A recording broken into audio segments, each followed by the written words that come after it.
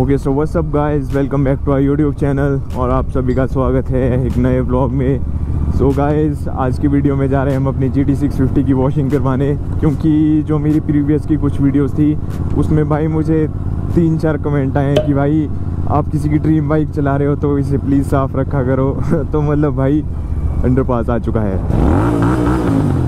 वाह, मज़ा आ गया भाई इतने टाइम बाद GT चला के। हाँ, तो मेरी जो पिछली कुछ वीडियोस थी उसमें भाई 2-4 कमेंट आए थे मुझे कि आप किसी की ड्रीम बाइक चला रहे हो तो प्लीज़ इसे साफ़ रखा करो। तो भाई आप देख सकते हो GT का फैन फॉलोइंग मतलब दिल से जुड़ी है ये बाइक लोगों के।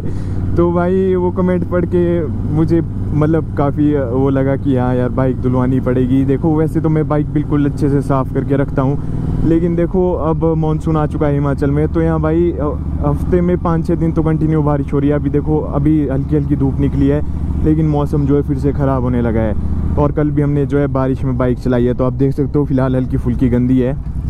तो बस आज इसकी वॉशिंग का ब्लॉग बनाएंगे छोटा सा। और हाँ, वॉशिंग से याद आया, मैं आपको 2-3 चीज़ें और बताऊँगा जो आपको याद रखनी है वॉशिंग करवाते टाइम।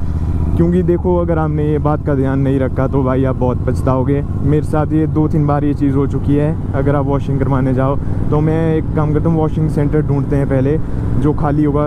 भाई आजकल तो वॉशिंग सेंटर का बिज़नेस, मैं कहता हूँ कि अगर आपके पास थोड़ा सा इनकम है तो वॉशिंग सेंटर का बिज़नेस स्टार्ट कर दो भाई, बहुत पैसा है उसमें।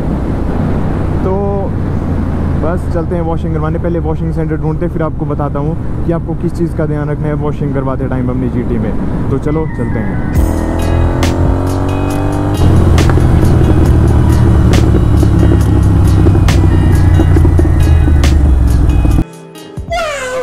ओके गाइस, सो हमें फाइनली एक वॉशिंग सेंटर मिल चुका है जो भाई बिल्कुल खाली है। क्योंकि आज की डेट में वॉशिंग सेंटर ऐसा ढूंढना जहाँ कोई गाड़ी ना लगी हो भाई बहुत दिक्कत का काम है। पहले एक बार भाई को पूछ के आता हूँ, पता नहीं ये वॉशिंग कर भी रहे हैं या नहीं।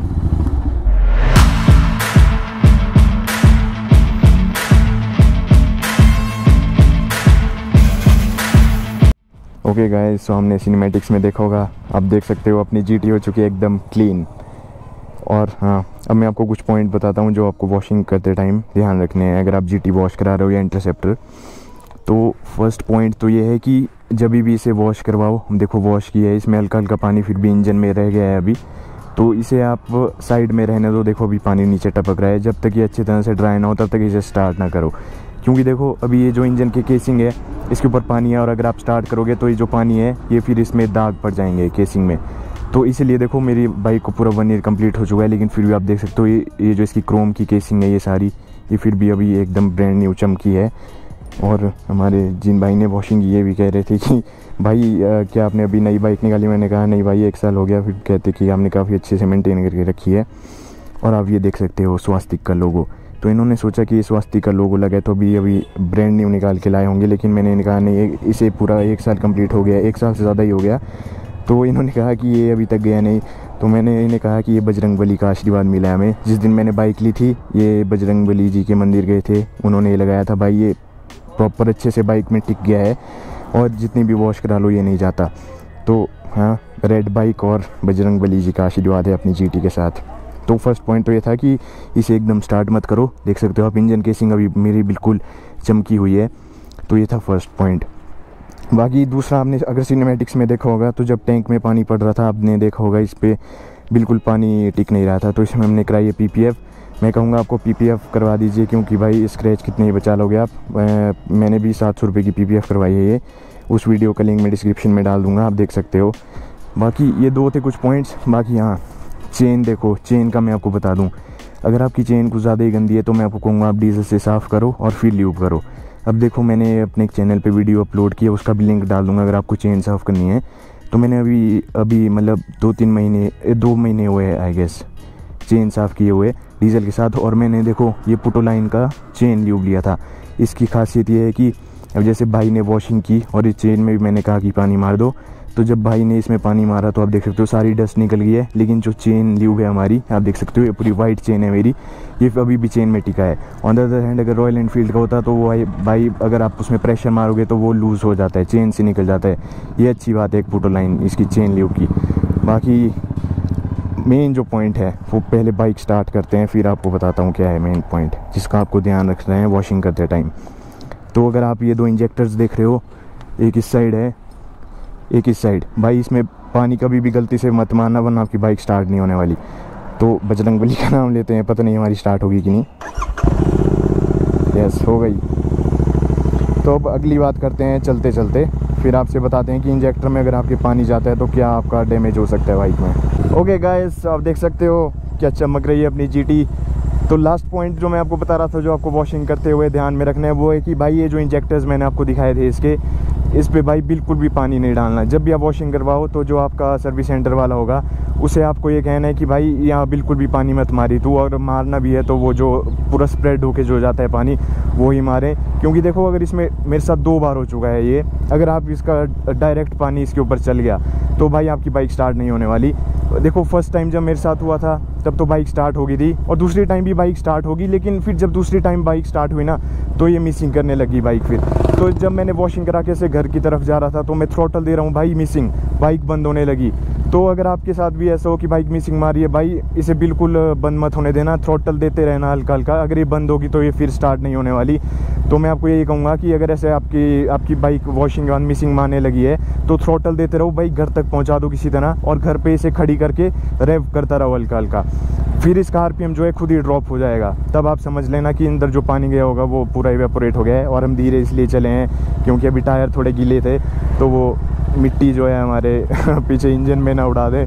तो इन चीज़ों का आपको ध्यान रखना है बस वॉशिंग करवाते टाइम। बाकी देखो अच्छे प्रोडक्ट यूज़ करो अपनी बाइक में। जैसा मैंने आपको देखो चेन ल्यूब दिखा दिया पुटोलाइन वाला, अगर रॉयल एनफील्ड का होता तो वो इस टाइम तक उड़ गया होता, तो और मुझे घर जाके फिर से ल्यूब करनी पड़ती चेन। तो यही एक बेनिफिट रहता है अच्छे चेन ल्यूब का। बाकी मैंने आपको पीपीएफ का भी बता दिया कि स्क्रैच नहीं पड़ने वाले, और आपने देखा सिनेमैटिक्स में इसके ऊपर बिल्कुल पानी टिकता नहीं है, निकल जाता है सारा बाहर। तो अभी हम जा रहे हैं जीटी का पेट फुल करवाने, क्योंकि भाई 3 बार ही रह गए हैं पेट्रोल के। और चलो अब इसका टैंक फुल करवाते हैं, फिर छोटी सी राइड मारेंगे और वीडियो एंड कर देंगे। ओके गाइस, सो हम आ चुके हैं पेट्रोल पंप, अब इसका टैंक फुल करवाते हैं। और ये भाई के पास भी इंटरसेप्टर है, इन्होंने गुडसेवा का एग्जॉस्ट लगाया है, अगर आप देख पा रहे हो यहाँ से। चलो टैंक फुल करवाते हैं इसका पहले, तो देखते हैं इसमें कितना आएगा। वही 500 कर दो। तो आप देख सकते हो टैंक फुल हो चुका है हमारा।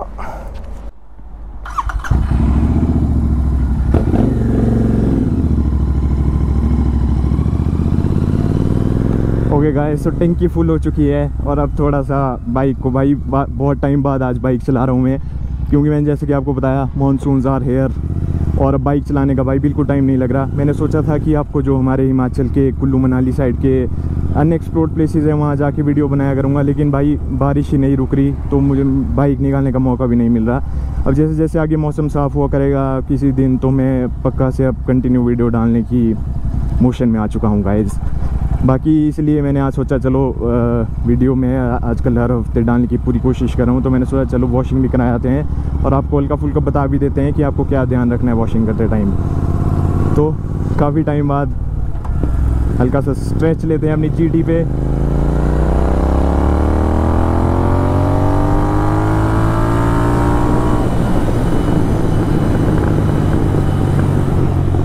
और आप सुन सकते हो crackles of trails moto exhaust के। भाई ये एग्जॉस्ट इतने खतरनाक है ना, मतलब मैंने आपको पावर फिगर्स भी बताई। इस टाइम हमारी GT 50 plus bhp power produce कर रही है। तो भाई जैसे ही थ्रॉटल छोड़ो पीछे पट पट पट पट।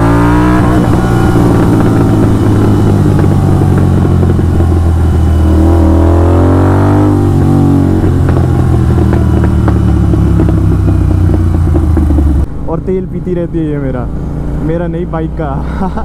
तो आप देख सकते हो कुल्लू मनाली साइड फिर से मौसम ख़राब होने वाला है। तो वीडियो इतनी ही रखते हैं। वीडियो आपको पसंद आई तो वीडियो लाइक कीजिए, शेयर कीजिए और सब्सक्राइब कीजिए चैनल को। मिलते हैं आपसे नेक्स्ट वीडियो में, तब तक के लिए बाय बाय गाइस।